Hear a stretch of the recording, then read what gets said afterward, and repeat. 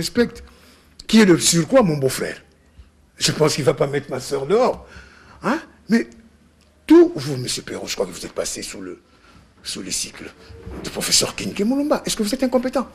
Quand M. Kinké Moulumba dit qu'il n'y a qu'un seul homme au Congo qui peut réunir tout cela, alors je me pose des questions.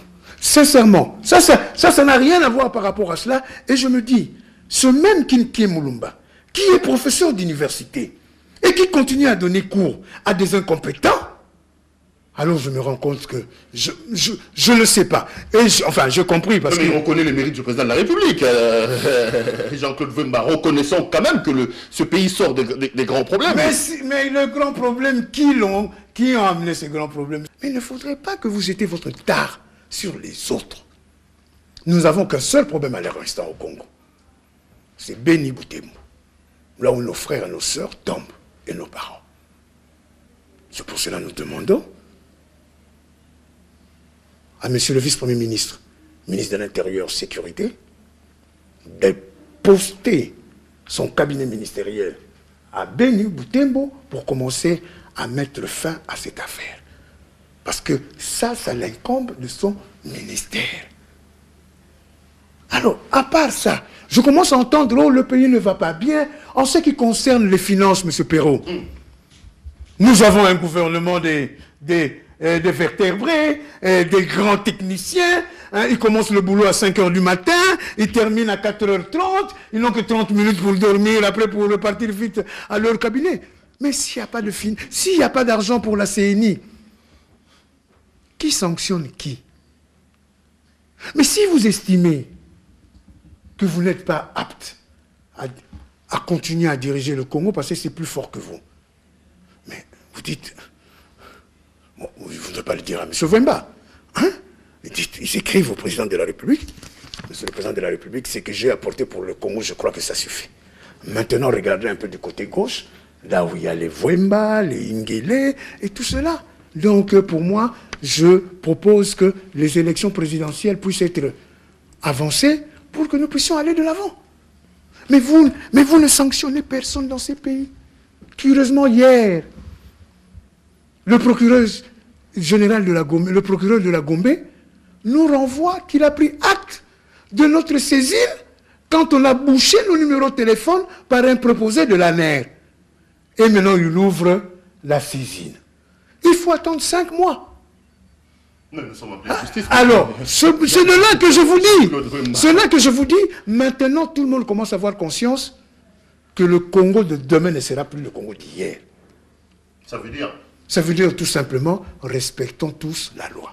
Le reste, ça n'a pas d'importance. La Constitution est là pour nous. Quand Jean-Claude Wemba refuse d'aller au dialogue, mais c'est Jean-Claude Wemba. Peut-être que vous n'avez pas eu des éléments probants pour le convaincre à venir. Si c'est seulement pour aller voir le président de la République, lui dire bonjour.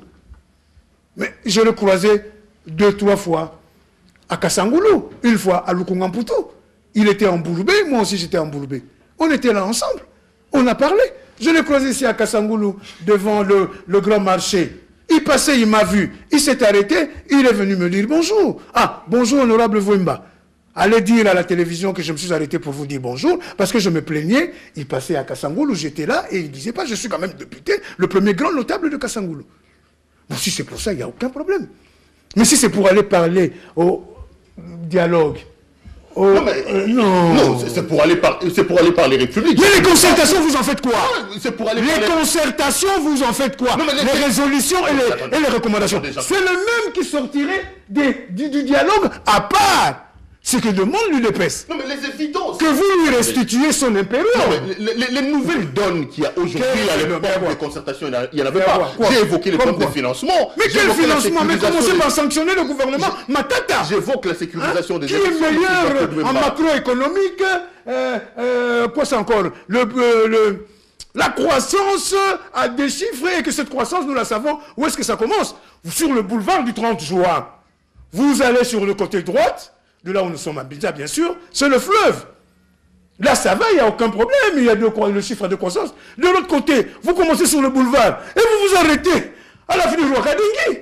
Et après, le chiffre de croissance est où? Chez moi, à Kassangoulou. Non, mais avant, pour arriver à Kassangou, on faisait des heures. Maintenant, avec la route, tout est... c'est également ça. Je ne sais pas. Bon, et puis... Mais Jean-Claude Wemba, quand on parle de... Je vous comprends parce que à cette époque, vous étiez encore jeune, vous étiez en culotte courte, mais nous, on allait étudier à Boma. Là. Moi, j'ai étudié à la colonie scolaire de Boma, j'ai étudié à Gombe Matadi, j'ai étudié à Vous savez que la jeunesse commence de 0 à 77 ans.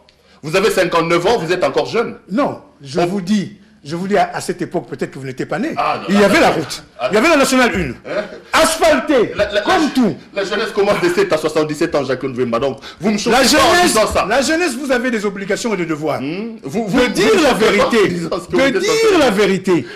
la vérité et de dire...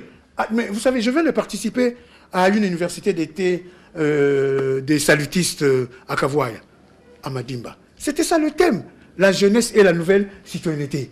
C'est un thème porteur. Il faudrait que tous les leaders politiques puissent s'en approprier pour que la jeunesse, quand je parle de la jeunesse, ce n'est pas que je vous fixe, Perrault, ne vous estomaquez pas. Non, mais moi je suis fier d'être jeune. Qu'est-ce que vous croyez, Jean-Claude Wemba? Ça ne me dérange pas. J'ai été comme vous. Ne vous en faites pas, j'ai été comme vous.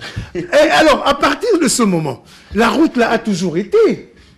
Demandez aux autres, même ici, le chef Bamani. Ça leur arrivait de partir au jardin Gilet de Kisantou.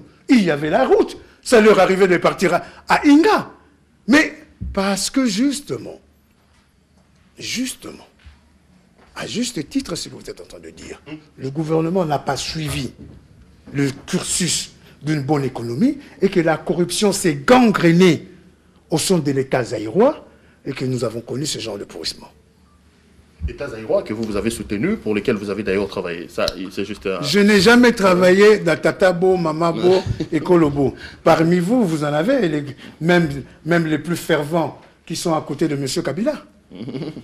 On se connaît. Nous savons qui était qui